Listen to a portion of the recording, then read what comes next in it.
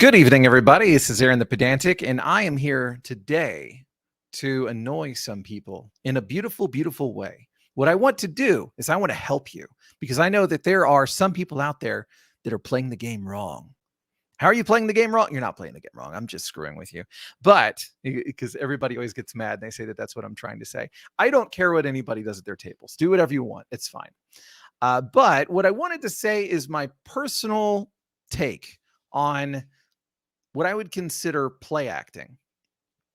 Now, in role-playing games, I have no qualms with people doing accents, speaking in character, using their character's voice. I will even go so far as to say that it enhances the game in some capacities, or at least it can. Has the propensity to. Is it really required? Not really. I've had fantastic players who never speak in any voice other than their standard speaking voice. What they do is they simply talk as their character. And there is still an immersive quality about it. Is the quality more immersive whenever they speak in character? Maybe. And this is when it starts getting into these gray areas. It may be more immersive, but it can also be less immersive depending on how well they pull it off. Whenever you have somebody that is trying their damnedest to do the most serious Scottish accent ever, and they just can't pull it off. If they're trying to do it to be funny, it's fine. Because, well, I mean, you're not worried about immersion then anyway, are you? You're just having fun. But if they are really trying to pull it off in a serious manner and it's not coming through, it can pull you right out. I mean, especially if you've watched enough stuff from the UK that you can see the difference, or you're one of those crazy people that actually lives in the dang place of Scotland. Yeah, it can pull you right out of the game. And it's the same situation whenever it comes to dealing with the highly emotional moments. I mean, there is such a thing, believe it or not, as trained actors in the world. And yet there are some people that in the hobby that seem to think that that's not a real thing. It's just a matter of if you really care enough and if you believe in yourself, then your job is, you're just going to make it sound so great, guys. It's going to be awesome. No, there is a lot of there are a lot of performances from players that will be very cringy because they're trying to elicit the same kind of emotions that a trained actor would. They are engaging in that kind of exercise. It's not really what I would consider appropriate for role-playing game stuff. If your friends like it, that's fine. It's perfectly fine. It's not something I particularly like. Instead, what I would do is I speak in my character's voice quite often, unless there is something that I'm not quite sure I can convincingly pull off as that character. In that case, I'll describe it, because to me, it is less immersion breaking if I say what my character's intent is, what my points are that I'm going to be trying to use, rather than for me to actually do it. This is really going to happen primarily when my character is giving a rousing speech or something of that capacity, because for me to sit there and waffle trying to rouse everybody's spirits, I've done it before, and it comes across a little cringe. It will come across better with practice, but will you ever be that convincing compared to somebody who maybe does acting as a living or has done it through, I don't know, theater programs, or spent hours upon hours upon hours upon hours refining the art as the actual exercise of the thing that they're trying to do, rather than just kind of a secondary element of a game that they are playing. It's going to be night and day, really. I think that streaming games is just making this phenomenon worse. Or better, depending on your preferences. Some people probably enjoy this kind of thing. I know I've spoken with my wife about it, and what she said is that for her, this is one of the reasons she doesn't like to play serious games, is because then it gets kind of cringy because people are trying to do this stuff, and no, thank you. So, what I would say, the thing to do. Well, okay. Before we get to that, why do people do this? So again, there's the whole streaming thing. I don't want to lay that entirely at the feet of the streaming thing, though. Instead, I would like to point out the fact that many campaigns really don't go for very long these days with a lot of groups. There are many people that I've spoken with who have played 3 sessions, 5, 6 before a campaign will usually end, and then they'll start up another one, and then that one will end, then they start up another one, and that one will end. And so they really have 2 choices. Either they engage with some very focused play that is trying to do very specific things, or well, actually, no, that's the only choice. It's pretty much it.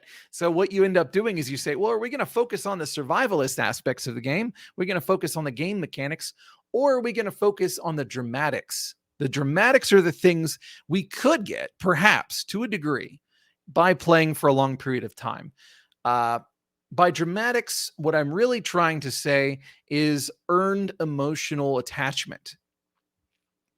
Or emotional attachment. We'll say emotional attachment, period. Something that will elicit emotion beyond our basic sense of empathy. This is something that is going to happen either forced or earned. For me, earned is whenever you play for extended lengths of time to the point that your character will have organically developed relationships, will have made a place in the world. You know, you as a player will have emotional ties to these things. People won't have to prompt. You won't have to prompt yourself to elicit certain emotions. Rather, you will understand in a very basic level exactly what those emotions will be, and the emotions will actually be valid. They will matter in a more substantive manner. I'll give you an example. So you have some people who will create a character. This is my backstory. These are the characters that are important to my character. And then the DM says, okay, well, we're playing for like 6 sessions. Maybe actually, no, they never plan for that. It just happens. But what I would really love to do is I'd really love to have something really depressing happen to your character to lift up the game, because then they can, pull themselves out of it, and it can be super heroic and awesome and cool. Or it can just make us feel things, and that's a good thing because the game doesn't make us feel enough as it is. And so they will say, all right, everybody meet that person's family member that was estranged or whatever. Isn't that cool? Yeah, great session. That was powerful, right? Next session, they are kidnapped, they are murdered. Okay, mourn them. That's exactly the kind of thing that I'm talking about. Rather than, I'll give you an example from my very first campaign I ran, which was a campaign where we had a paladin. A paladin was doing his oath, and he met an acolyte who had never seen a paladin before, because paladins were very rare in this particular setting I was running. And so she was astounded by this and offered to be kind of like a study underneath, like a trainee, if you will. And she ended up becoming the steward to their mansion, and eventually becoming a love interest to one of the PCs, and eventually becoming the babysitter of the reincarnated baby form of one of the PCs after that player character died. And just over a year of play, and then toward the end of the campaign, she and everybody else in that village where they set up their base was in danger, because a kraken just cracked open a cold one straight all over everybody's faces. Not a cold one, a can of whoop ass. That's what I was going for. Yeah, a can of whoop ass over the entire village. And they didn't know if she was alive or dead, and that seriously concerned them. Same thing, they had developed a relationship with the blacksmith there, Horace, over quite a serious length of time. He, again, was an NPC that they had encountered at the very beginning. There were a lot of people that they had built up relationships with over play. Now imagine how that goes even deeper whenever you play for even longer. That is what I consider building the castle. So a lot of people instead, I think they've built the castle on swamps, and it keeps on sinking. And they keep on saying, well, I guess I should just stop trying to build castles and then pretend that I've built castles.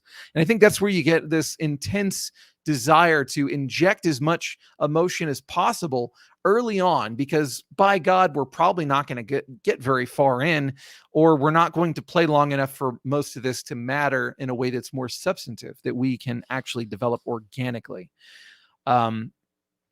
So if I can encourage anybody to do anything, because you can do what you want and it doesn't hurt my feelings.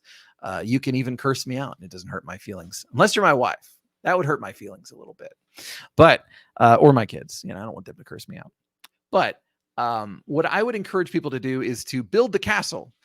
Build it on solid ground if you can. Solid ground would be a long-term campaign, something that has the format that is conducive to growing these kinds of organic relationships. Or if you don't have that option, just, I guess, get better at building castles in swamps. Maybe. I don't know. I think at a certain point, if you just don't have the time, it just isn't going to happen that you're going to be able to develop these kinds of things organically through long-term campaign play. Maybe you hate campaign play. Then I understand. Do what you got to do to be able to have those moments.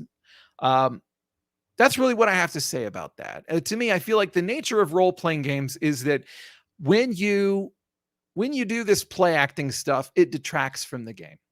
That's just my personal opinion. Let's hear what y'all have to say. I hope y'all have a fantastic weekend. I've done a fantastic amount of gaming, and I'm actually considering doing some more play reports or campaign diaries or something, just to let y'all know how everything's going, because it's been a lot of fun. Even the 5th edition one.